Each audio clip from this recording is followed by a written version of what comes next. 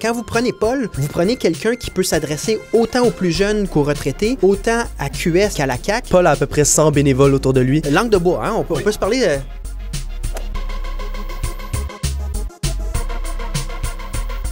Pourrais-tu nous nommer un enjeu qui te tient à cœur? Un sujet qui me tient à cœur depuis plusieurs années, c'est la place des jeunes dans le Parti québécois. Ton logo, c'est un gros oui rouge. Pourquoi ta campagne tourne autour du mot oui? Donc le oui, il est inspiré aussi du graphisme des années 80 et 95. Un clin d'œil au passé en disant « Je suis fier des référendums, j'ai pas honte. » Moi, j'avais 18 ans en 95 et c'est le plus beau moment de politique que j'ai jamais vécu de ma vie. Donc c'est toute l'idée du oui à travers la fierté de ce qu'on a accompli, le fait qu'on a hâte de compléter ce destin-là. Et le mot « oui » aussi, c'est très positif. Alors que le Canada nous dit tout le temps « non ».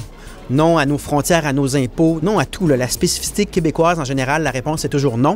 De pouvoir répondre « oui », ça nous amène dans un registre extrêmement positif. C'est pas n'importe quelle course à la direction du Parti québécois. On est habitué souvent du discours « Ah ben là, peu importe qui gagne, on va faire équipe tout le monde, puis on est sûr qu'on va revenir au pouvoir ». Là, on est à 18 % dans les intentions de vote. Il y a deux scénarios. Soit on continue à dégringoler, puis dans quel cas, il va falloir accepter qu'il va falloir mettre la clé dans la porte. Ou on remonte. Et là, la question, c'est qui, puis quelle idée va nous permettre de remonter, puis de redevenir une force politique majeure? Et la réponse, elle est claire. La locomotive du Parti québécois, c'est son idée fondamentale. En mars 2020, tu as été beaucoup médiatisé car tu as proposé un éduc-alcool du porno. Pourrais-tu nous en parler davantage? Langue de bois, hein? On peut se parler de... La pornographie, c'est une des mesures parmi les mesures que j'avais. 4 propositions en préparation de la Journée des femmes. Les féminicides puis les familicides. Ensuite, sur l'industrie de la pornographie, mais ensuite sur le grand prix puis la traite des personnes. Puis ensuite sur l'équité salariale. Mais ça vous dit comment le système médiatique fonctionne. Parce que sur ces 4-là, la seule qui a été retenue, c'est le mot porno. Puis s'il n'y avait pas eu le mot porno dedans, je suis prêt à gager qu'il n'y aurait pas eu de discussion. Fait que moi, je veux ramener le sujet à l'ensemble des mesures pour les droits et la sécurité des femmes. Concernant l'environnement, as-tu des propositions? On va commencer par replacer le Parti québécois dans la conversation sur l'environnement. Pour moi, c'est absolument pas normal que lorsque on parle d'environnement, ce soit toujours Québec solidaire qui soit l'interlocuteur, parce que les gens dans le PQ ont des convictions environnementalistes très fortes, parce que le Parti québécois a une approche crédible, donc on tourne pas les coins ronds, on n'invente pas des dollars Monopoly. Durant la campagne, je vais avoir une série de mesures, tant sur le plan des gaz à effet de serre que sur le plan de ce qui nous touche au niveau de la santé, parce que Santé Canada ne fait pas le travail à plein de degrés. Si on avait notre propre pays, on aurait des mécanismes beaucoup plus étanches pour s'assurer que on ne donne pas à manger au niveau de l'air, de l'eau, les affaires de base qui font qu'on est en santé soient protégées. On doit redevenir la référence en matière d'environnement. Tu désires faire un référendum dans le premier mandat. Qu'est-ce que tu réponds à Frédéric Bastien qui veut le faire dans un deuxième mandat? Mais il propose une négociation avec le fédéral.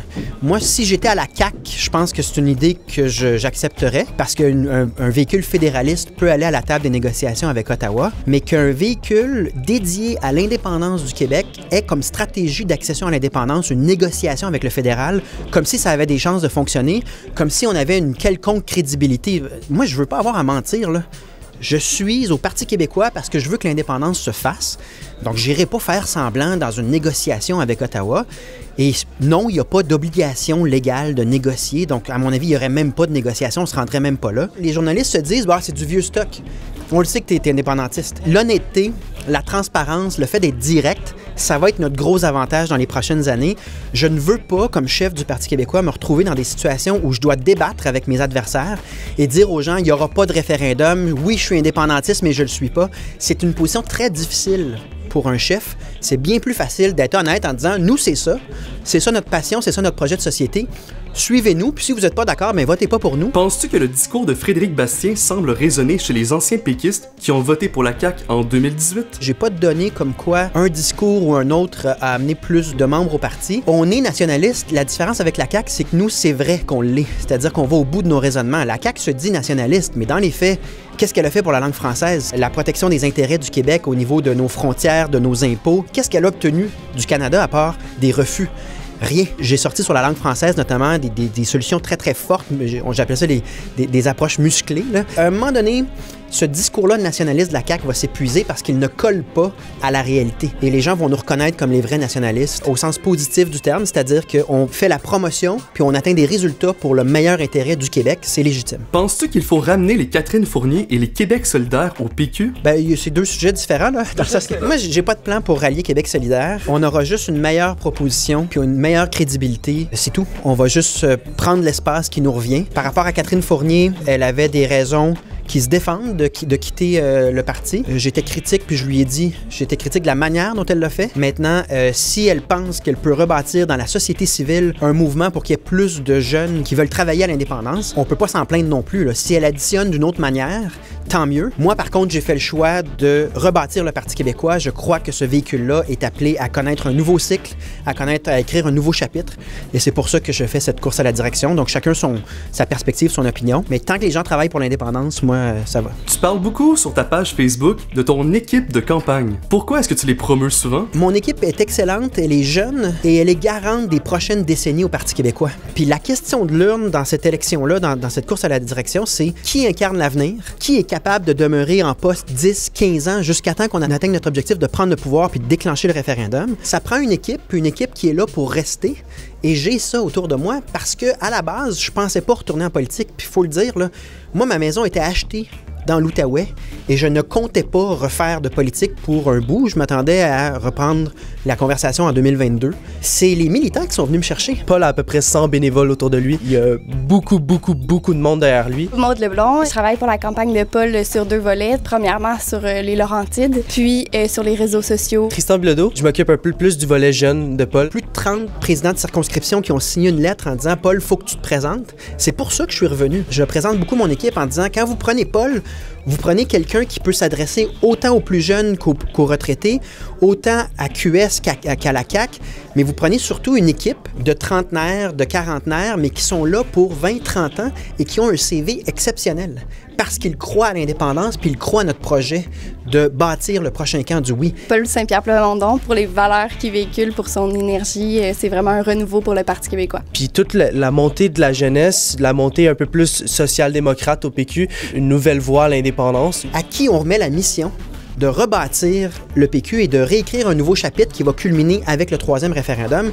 Moi, je pense que c'est l'équipe que j'ai pèse pour beaucoup. Quelle est ta position sur la loi 21? Bien, moi, je suis d'accord avec la plateforme du Parti québécois en ce moment.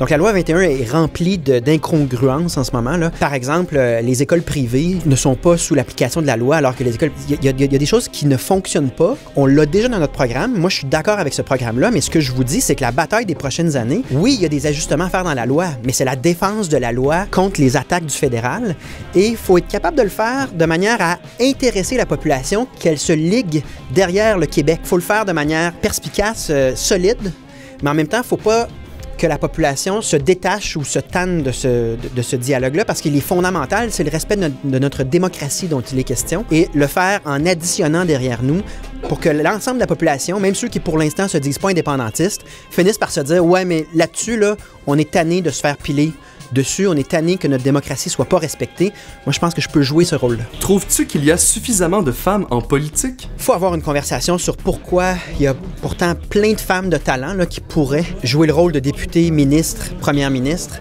Mais pourquoi on a tant de difficultés à aller chercher des candidatures? Il faut peut-être remettre aussi en question notre système d'investiture.